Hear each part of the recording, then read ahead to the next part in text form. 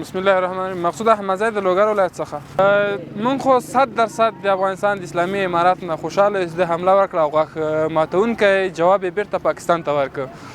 ځکه چې په لومړي سر کې خو بس دغه یادونه وکړم چې تر اوسه پورې څومره ملکونه راغلي د افغانستان باندې حملې کړي دي او افغانستان بیرته دغسې یو مات شکست ورکړی. لکه څنګه یادونه به داسې د 5 کالو یا د 4 کالو مخکې وکړم چې څنګه امریکا ماته کړه.